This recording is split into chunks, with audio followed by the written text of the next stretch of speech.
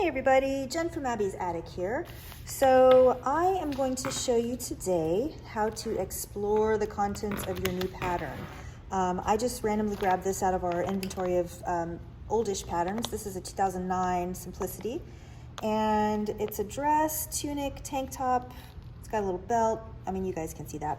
But the point is, more importantly, we have multiple sizes in most of the patterns that you will find these days, okay? Now, you have paid for all of these sizes, so you should be able to keep and use every one of these sizes without getting rid of the ones that you don't need today, all right? So we're gonna go ahead and take everything out, all right? This chunk of stuff is your tissue paper pattern. All of the pattern pieces are folded up nicely in here. Good luck folding them back and putting them so that they fit. It's still a mystery to me.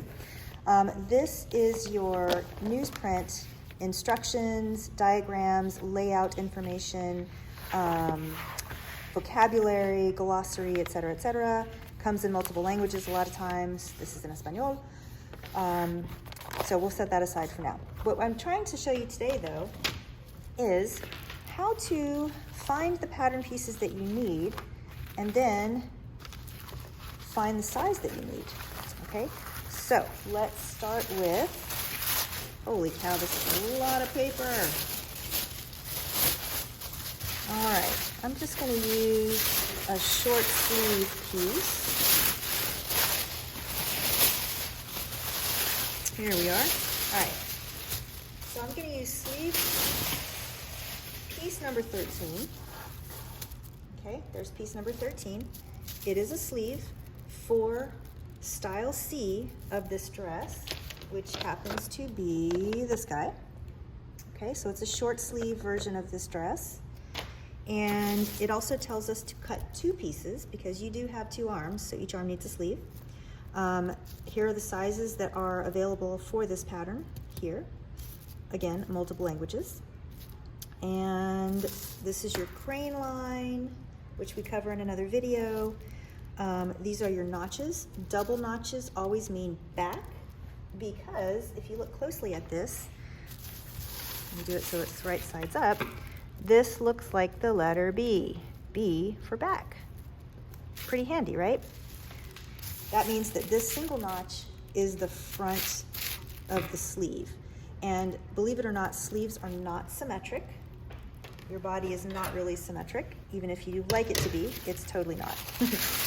All right, so let's go ahead and cut this guy out. Now let's pretend, and we are really pretending here, that I am a size, oh, this is bad. The company has cut off all of my sizes. We'll get to that in a second. But let's say that I'm a size 10. That just happens to be the middle of the size range here, okay?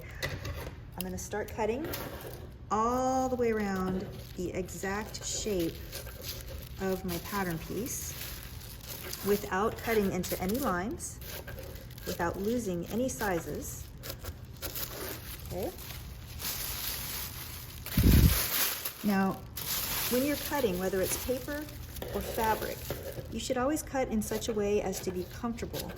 Keep your scissors on your cutting surface. Try not to jam the opening of your scissors right up against your paper or your fabric. Give yourself a little space.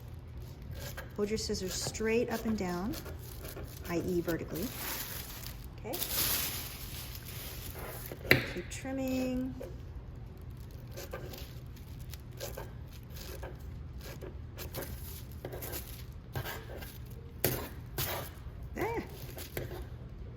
My fans are blowing right now, so it's not really helping me in the least.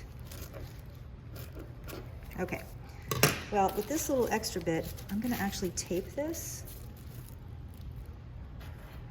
to the back of my pattern so that I can kind of zhuzh in the missing sizes. Now, you could be, you know, fancy and draw it in, or you could just go back, take this back to the store and say, look, they've cut off my sizes. But you'll notice that the size gradings, and I'm taking a detour here, by the way, this wasn't planned as part of the lesson, but here we are. The sizes are graded, right? So they gently spread out and they gently converge, okay? we're gonna make those same gentle movements as we connect our lines, okay? Nothing fancy about this. These are all sort of equally spaced, and so that's what I'm kind of aiming at. I'm gonna come in from both directions here, close enough.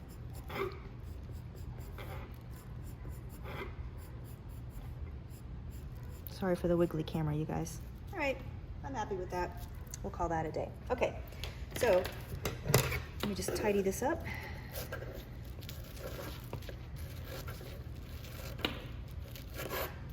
Alrighty, so back to the size 10. Here's my size 10. This line here is a 6. This line here is an 8. This is a 10. I do not want to cut my sizes 12 and 14 off because I may need to use them for some future use, okay? So what I'm just going to do is fold back to the size that I need. And you want to try to fold right on that line. You can tape it if you want, but it's probably not really necessary. Do the same thing with the other side. Here's the 6 line, here's the 8 line, here's the 10 line. So that is what I'm going to fold back on.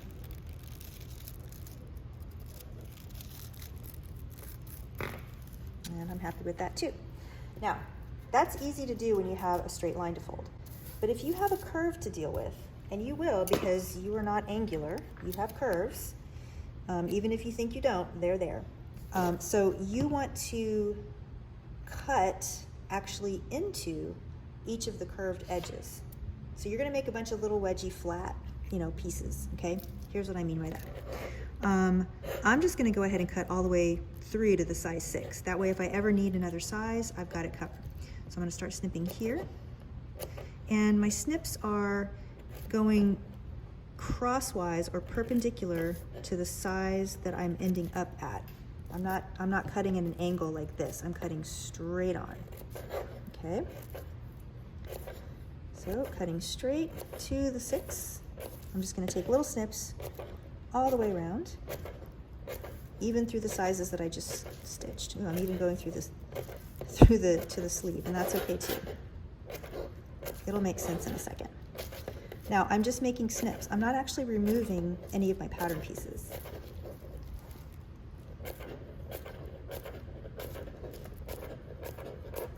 Okay, so I'm sure you've already noticed that the size 10 is pretty difficult to see, all snipped up like that. So I'm going to mark my size that I need with a pen, okay? So here's my size 6, here's my size 8, here's my size 10, okay? So I'm just gonna make sure that I'm following that green line. It's the 3rd line all the way around. Oops, good thing this is washable. And so on, okay? So I'm just gonna do half of this so you guys can see how to do the rest of it yourselves. Okay, it's really hard to decide where your size 10 is here, so don't worry about it too much. All right, now comes the magical part. You are now going to take each of those little wedges and fold it only back to the size that you need.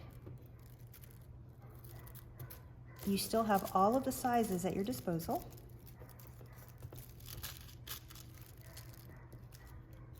But you're going to get the curve on this sleeve crown that is intended for the pattern that you've chosen.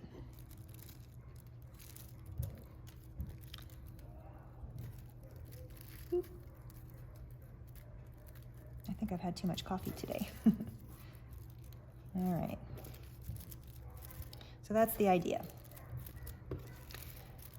So now, when you get all of these pressed back to the size that you need, make sure I get it right.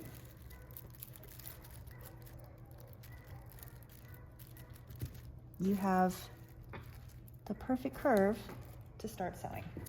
All right, so that's how you preserve all of the sizes, but use only one size at a time on your pattern pieces. You've paid for all of these sizes. You should be able to keep and use them forever and ever.